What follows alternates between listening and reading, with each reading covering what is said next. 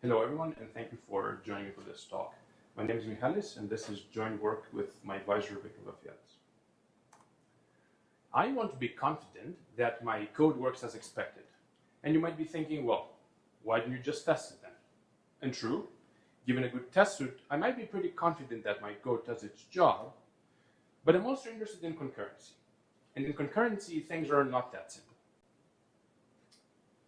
The problem with concurrency is that there might be bugs that appear rarely, even in machines that I do not own and in machines that employ some speculative execution schemes that I wasn't aware of when I was writing the code. So my test suite is never going to be able to hit these bugs. But even if we assume that I have a perfectly good test suite that manages to reproduce all bugs regularly, then it might be the case that when I actually try to fix some of these bugs, then the bugs disappear. And these are called Heisenberg bugs. This can happen, for example, because I added some print statements or some logging or I used some new variables that were not there before, and I inadvertently introduced extra synchronization. So if I want to be really confident that my code works as expected, I have to do model checking. This is my only option. And the goal of my talk, the promise, if you want, is to convince you that there are efficient model checkers for concurrency. So I'm going to talk to you about HMC, a hardware memory model checker that is a sound, complete, and optimal model checking tool for concurrency that also supports hardware memory models. And using HMC solves both the problems that I mentioned before, since HMC will either tell me that my code is correct and there are no bugs, or if there are bugs in my code, it will provide me a concrete counterexample showing how and why these bugs can occur. And I hope you use it. This is another reason why I am giving this talk.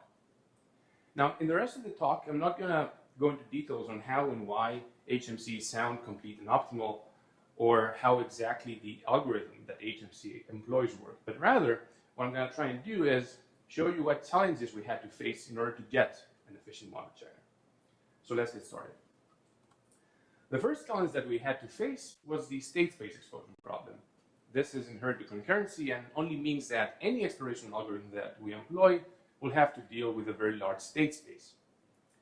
Now, the good news is that for concurrency, there have been developed algorithms that deal with this problem effectively, but these algorithms were developed for sequential consistency. And sequential consistency is not enforced neither by processors nor by programmers today. So if we want to handle real code that's out there, we have to provide support for weak memory models employed by modern microprocessors. And even in that front, there have been algorithms that actually deal with weak memory models in a very effective manner, but there hasn't been a unified and effective verification framework that can also handle load buffering behaviors that some weak memory models employ. And this is actually our contribution. So if we want to have an efficient model checking algorithm for concurrency, we have to face all these challenges, and I want to show you how we do it, starting with the state space explosion problem. Model checking, when done naively, does not scale both in terms of memory and in terms of time. But this is a very general statement. Since we're interested in concurrency, we can actually solve the memory issue by doing what's called stateless model checking. And stateless model checking is simply based on the idea that we can verify a program by enumerating its interleavings.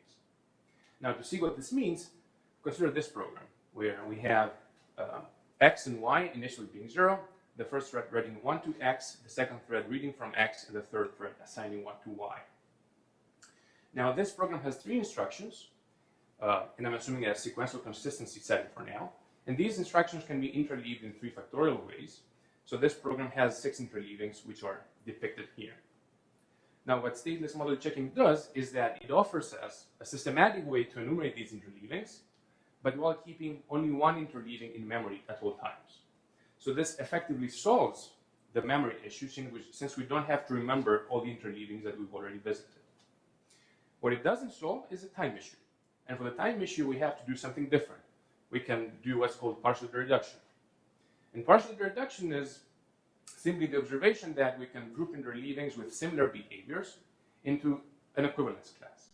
So for example, for the program that we have here, all the interleavings on the left have the read of x executing after the write to x, and all interleavings on the right have the read of x executing before the write to x.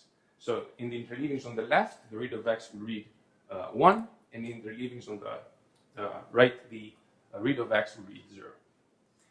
So if we combine stateless model checking and partial reduction, we can actually get a verification algorithm that will only explore two interleavings for this program, one where the read of x is executed after the write to x, and one where the read of x is executed before the read of x, effectively verifying this program.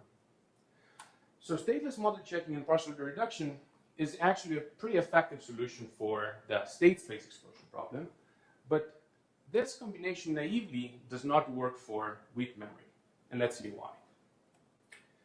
This is a message passing program. So we have the first thread writing some data and then raising a flag indicating that the data are ready to be read. The second thread reads ready, and then if the value read is 1, it also reads data. And the idea in this program is that when data are read, it should, the second thread should read 42. However, this behavior is also possible. So it is possible for the second thread to read 1 and then read 0 instead of 42. And this is actually allowed by many different processors like Power, ARM, or RISC-V. Now the question is, why doesn't the previous combination gives us this behavior? And of course, if there's a bug in our program that relies on this behavior happening, the previous combination will, of stateless model checking and partial reduction will miss the bug.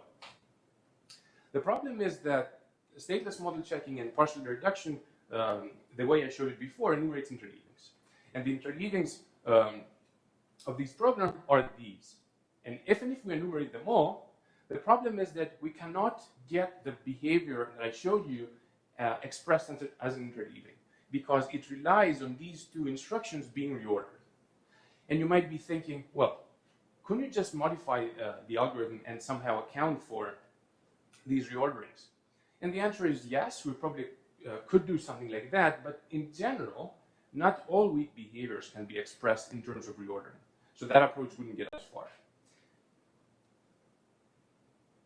In effect, we need something different. And our key insight to make a verification algorithm for weak memory models is this: that the executions of a given program can be expressed as a set of graphs. So for example, if we have the same program as before, then the executions of this program can be modeled with these three graphs. In these graphs, the nodes correspond to instructions of the program. So for example, this means write to data 42, and it's this instruction there. And the edges correspond to relations between the nodes or the instructions.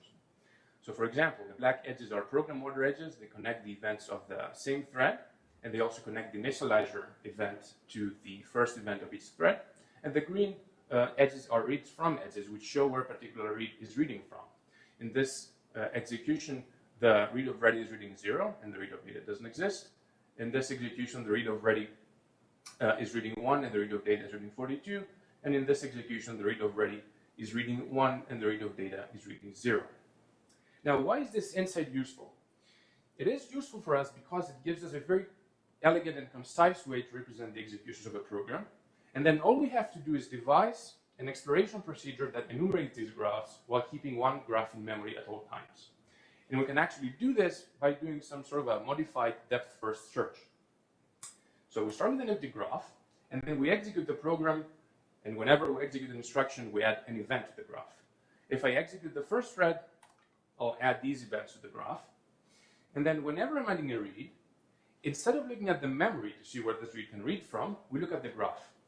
And if this read can read from more than one place in the graph, if it's consistent for it to read from more than one place, we continue with one option, and we add the backtracking point for the other option.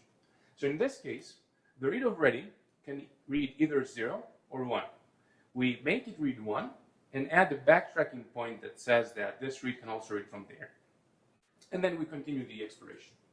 At this point, this execution is complete because the read of read read 0 corresponds to execution number 1 above, and then we backtrack. Now, when we backtrack, there are two points to remember. One is that we restore the graph to its previous state. So for example, we may need to cut events.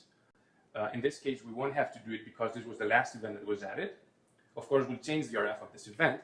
And the second point that we need to remember is that we always backtrack to the latest read, to the read that was added later in the graph, just as in DFS. So in this case, since there's only one backtracking point, we get this graph, and then we continue executing. Now, we add the read of data, since now the read of read 1, which can read either 0 or 42. We continue with it reading 42, and we add the backtracking point for it reading 0. This execution is also done, and then again, we need to backtrack. We backtrack to the later point. This is the read of data. We restrict the graph. Now there's nothing to restrict, but in some later examples, this will be important. The restriction part, I mean. So if we backtrack now, we'll get this graph where the read of data reads 0. We continue executing. There's nothing else to do. This is the third execution from above, and then we're done. So actually using declarative semantics and representing the executions of a program this way, we get an algorithm that works very nicely for weak memory models as well. But this is all prior work.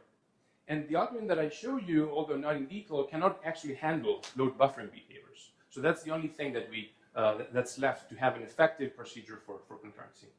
And I'm going to show you how we do it. This program is one program that can experience a load buffering behavior. So it has the first thread reading X and then writing Y, and then reading Y and writing X. And this is a load buffering behavior. In order to get this behavior, we need to have at least one thread deferring its read for the future.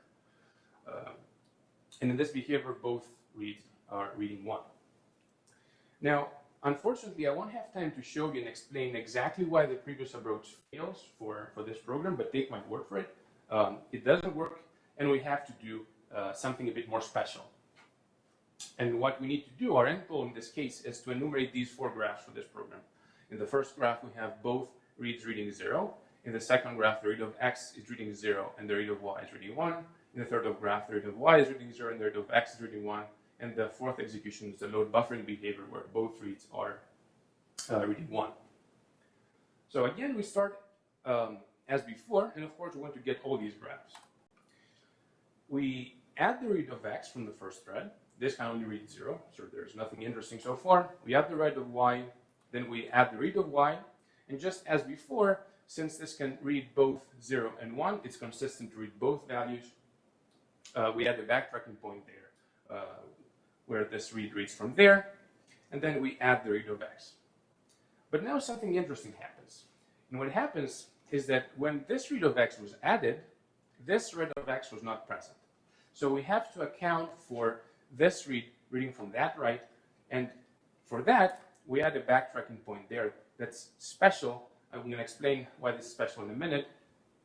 And this concludes the first exploration. Now, then, as I mentioned before, we restrict the graph to the read that was added later. So we restrict the graph like this. We backtrack with this reading from there, and then we continue exploring. We add the right of X again. We have considered the scenario where this read reads from there. So we do not add another backtracking point. And this concludes the second exploration. Now, we need to backtrack to, at this point there. However, if we restrict the graph to the way it was when this read was added, we'll actually get this graph. And the place where this read should read from is not present in this graph. So this is why this backtracking point is a bit special. And we actually restrict the graph like this. So what we do is that we keep whatever was added before the read, so these 2 events, and we also keep the place where the read should read from, along with the right depends on, which in this case have a hole there. And this is how we restrict the graph. Now, this is a key part in the exploration because this effectively models a load buffering behavior, because this represents the second thread having executed the write of X without having executed the read of Y before, and the read of X is reading from this write of X. And then we continue the exploration procedure just as before. We have the write of Y, we have the read of Y. This can read either 0 or 1. We continue with it reading 0, and we add a backtracking point for this read to read from there. And this concludes the third exploration. And finally, for the last exploration, it is important to remember that we backtrack to the read that was added later. So again, we backtrack for this read of Y. We keep all the events that were added before it, we get this graph is also complete. And this is how we manage to enumerate all the execution for this particular example. So all in all, dynamically calculating dependencies between instructions and doing this exploration procedure that I showed you gives us HMC, which turns out to be a very effective verification algorithm for concurrent programming. A little bit about HMC. So HMC in principle can be instantiated for any hardware memory model that satisfies a few basic assumptions. In practice, it can be instantiated for all known hardware memory models. And we've implemented that for the intermediate memory model, also known as IMM. That's a memory model that encompasses the ARM and Power memory models. Now, we've implemented GenMC on top of the GenMC verification framework. That's a verification framework that implements the algorithm that I first showed you for the second challenge for weak memory, and we extended it to handle load buffering behaviors. Now, the only question is, how does HMC perform? Fair question. So we evaluated HMC over 3 axes. We measured the overhead it induces over GenMC. We measured how it performs in some synthetic benchmarks against different model checkers that all support memory models that allow for load buffering behaviors. And then we did comparison with 2 model checkers, namely RMM and GDS Checker, that also support data structures, a bit more sophisticated data structures. I won't have time to talk about all these things. I'm only going to talk about these 2 parts of our evaluation. So starting with the overhead over GenMC, as you can see, we're always approximately 2 times slower over GenMC, which we consider an acceptable overhead given the coverage of new behaviors. But it is important to note that this overhead doesn't stem from the different exploration algorithms that we use, but it mostly stems from the fact that we have to calculate dependencies of all instructions at each step. Then, proceeding with the comparison with RMM. RMM is a tool that supports the ARMv8 memory model and the RISC-V memory model, and these are the benchmarks from RMM's test suite. These are not our own benchmarks, and as you can see, we're much faster compared to RMM. And in this case, that's because RMM doesn't employ a very effective partial reduction algorithm.